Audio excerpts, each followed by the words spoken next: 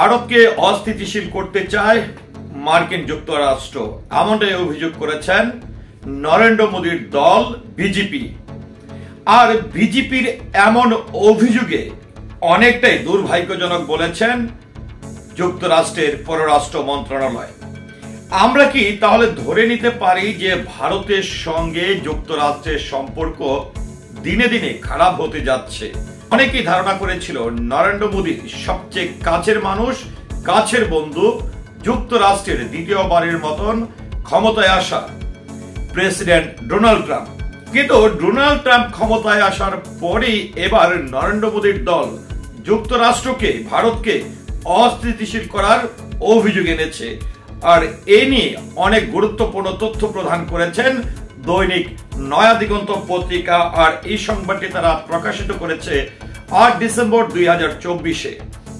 তো নরেন্দ্র মোদীর দল বিজেপির নেতা যুক্তরাষ্ট্রকে কি কি কারণে এই অভিযোগটি করেছেন, বিস্তারিত জানতে অবশ্যই আপনাকে পুরো ভিডিওটির সঙ্গে থাকতে হবে। তো ভিউয়ার্স, চলুন জেনে নেই ভারতকে কিভাবে যুক্তরাষ্ট্র অস্থিতিশীল করছে।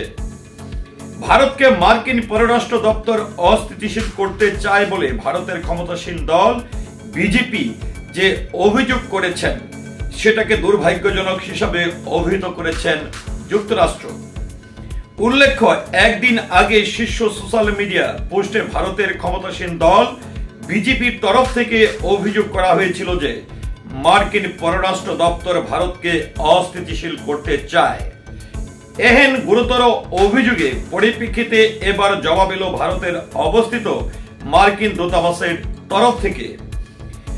বিজেপির অভিযোগ উড়িয়ে দিয়ে এই বিষয়ে মার্কিন দূতাবাস বলল, ভারত শাসক দল এই ধরনের অভিযোগ করায় তা খুবই দুঃখজনক। মার্কিন দূতাবাসের বক্তব্য, সাংবাদিকদের প্রশিক্ষণ ও পেশাদারিত্ব বৃদ্ধির লক্ষ্যে মার্কিন সরকার স্বতন্ত্র প্রতিষ্ঠানগুলোর সাথে কাজ করতে থাকে। তবে এই প্রোগ্রাম কোনোভাবেই ওইসব সংগঠনের সম্পাদকীয় নীতিকে প্রভাবিত করে না। মার্কিন দূতাবাস আরো বলেন, বহু বছর ধরে বিশ্বের সর্বত্র স্বাধীন সাংবাদিকতার পক্ষে কথা বলে এসেছে আমেরিকা। বিশ্বের যে কোনো গণতন্ত্রের জন্য স্বতন্ত্র সংবাদ মাধ্যম অত্যন্ত জরুরি।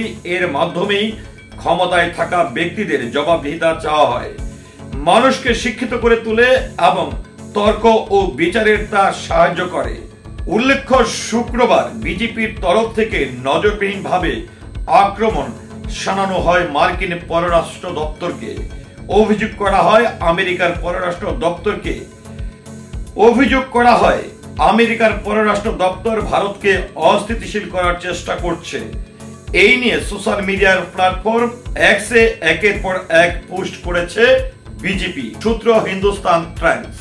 তো যাই হোক, সবচেয়ে বড় যে বিষয়টি রয়েছে যে ডোনাল্ড ট্রাম্প আসলে দ্বিতীয়বারের মতন যখন তিনি ক্ষমতায় আসেন প্রেসিডেন্ট হিসাবে, এবং তখন কিন্তু এই ডোনাল্ড ট্রাম্পের মুখে কিন্তু ভারতের সঙ্গে, অর্থাৎ বর্তমান ভারতের যিনি প্রধানমন্ত্রী রয়েছেন নরেন্দ্র মোদী সম্পর্কে কিন্তু খুব পজিটিভ কথা বলেছেন। এবং তাদের যে খুবই ভালো সম্পর্ক, দুজনের যে আন্তরিকতা, এবং এই আন্তরিকতার সেই কথাটিও কিন্তু তিনি জনসম্মুখে বলেছিল।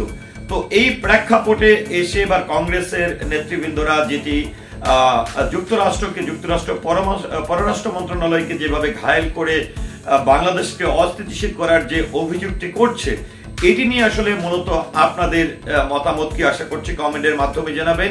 সেই সাথে পুরো ভিডিওটির সঙ্গে থাকার জন্য অসংখ্য ধন্যবাদ। আসসালামু আলাইকুম।